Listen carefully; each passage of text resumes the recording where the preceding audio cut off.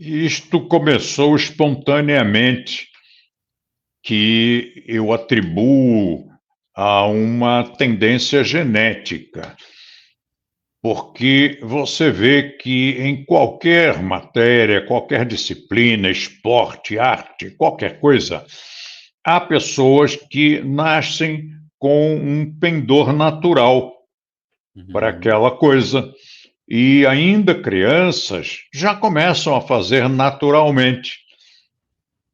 Quanta gente nós conhecemos pela história que começaram a dançar sem ter aprendido a dançar com ninguém e se Uhum. tornaram bailarinos famosos, históricos. Outros que corriam, não andavam, só corriam e tornaram-se desportistas de corrida, Uhum. campeões, e eram apenas tendências, predisposições genéticas. Não havia nada de espiritual, nada de místico. E por que que, no caso da meditação e das filosofias do Oriente, por que que nós teríamos que colocar misticismo nisso, não é mesmo, Shanti? Uhum. Então, eu atribuo a uma tendência genética, inclusive a traços autistas da minha infância, porque, como eu ficava muito tempo recluso, ficava lendo, escrevendo, desenhando, ouvindo música e sozinho no meu quarto, por vontade própria.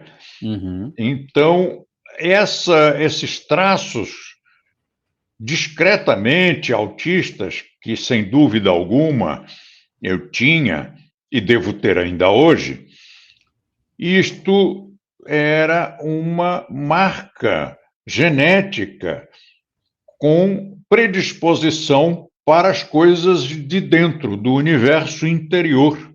Uhum. E eu comecei a fazer coisas que não tinham nome, não tinham rótulo, e descobri mais tarde, quando eu estava com 14, 15 anos de idade, eu descobri que essas coisas estranhas que eu fazia e que as pessoas à minha volta analisavam, julgavam de uma maneira um pouco preconceituosa, essas coisas já existiam. Uhum. Existiam, estavam documentadas, faziam parte de uma vasta literatura hindu. Literatura Uhum. essa que ensinava tais técnicas. E aí eu mergulhei nessa literatura, porque eu queria me informar, afinal, eu me lembro de que o primeiro livro que eu li, eu tive uma sensação de alívio e pensei comigo mesmo, afinal, há mais alguém que pensa como eu. Eu não sou diferente. Eu só Uhum. estou, talvez, no lugar errado, né? Porque na Índia é normal que as Uhum. pessoas interpretem essas coisas como parte da tradição, parte até da etiqueta social. E aqui no Ocidente são coisas desconhecidas, então Uhum. o ser humano tem esse princípio de que diferente não é gente. Então, se é diferente da minha cultura, da minha região, da minha cidade, do meu país, da minha língua, né, então não serve. Deve ser maluco, deve ter algo errado com esse menino. E o início da minha procura por documentação foi quando eu assisti a uma entrevista de um campeão de mergulho em apneia, um campeão francês chamado Jacques Mayol.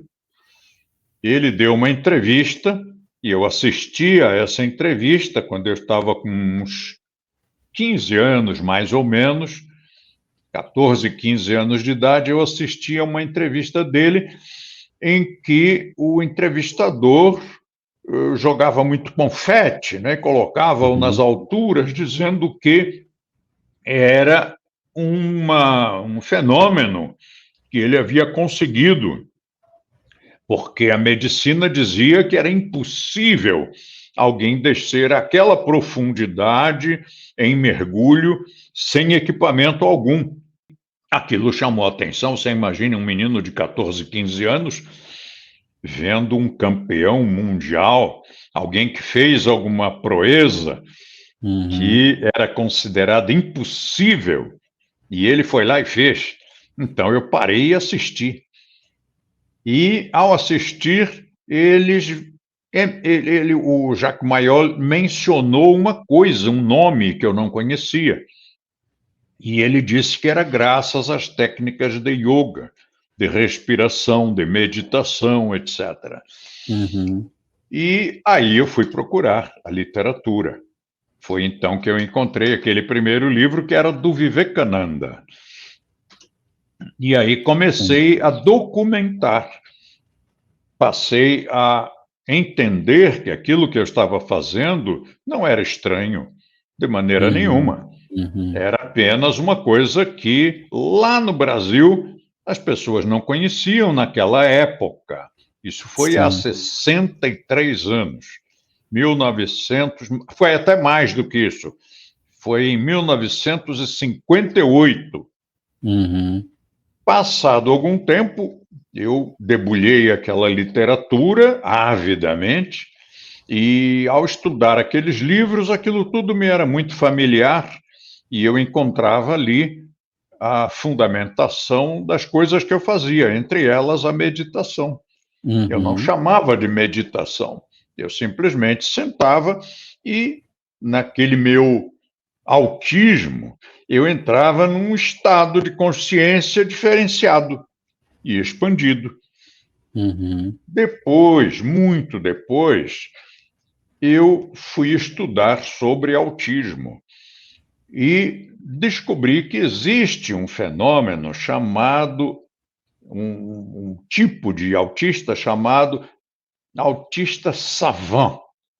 Savant é um termo francês e que designa aquele tipo de autista que tem fenômenos, até hoje não explicados, de conhecimento ou de memória ou de aprendizado muito acelerado. Então, é o caso de autistas que memorizaram milhares de números de pi, ou que, ouvindo uma única vez uma peça de Tchaikovsky, o menino que não sabia tocar piano sentou a um piano e tocou aquela mesma peça de Tchaikovsky. Então, são coisas inexplicáveis, até hoje, cientificamente, não tem explicação, mas tem constatação que esse tipo de autismo realmente abre fronteiras, rompe aquela membrana que separa o nosso consciente do inconsciente, e especialmente daquele grande acervo chamado inconsciente coletivo. A meditação nos contribui demais para conseguir isso.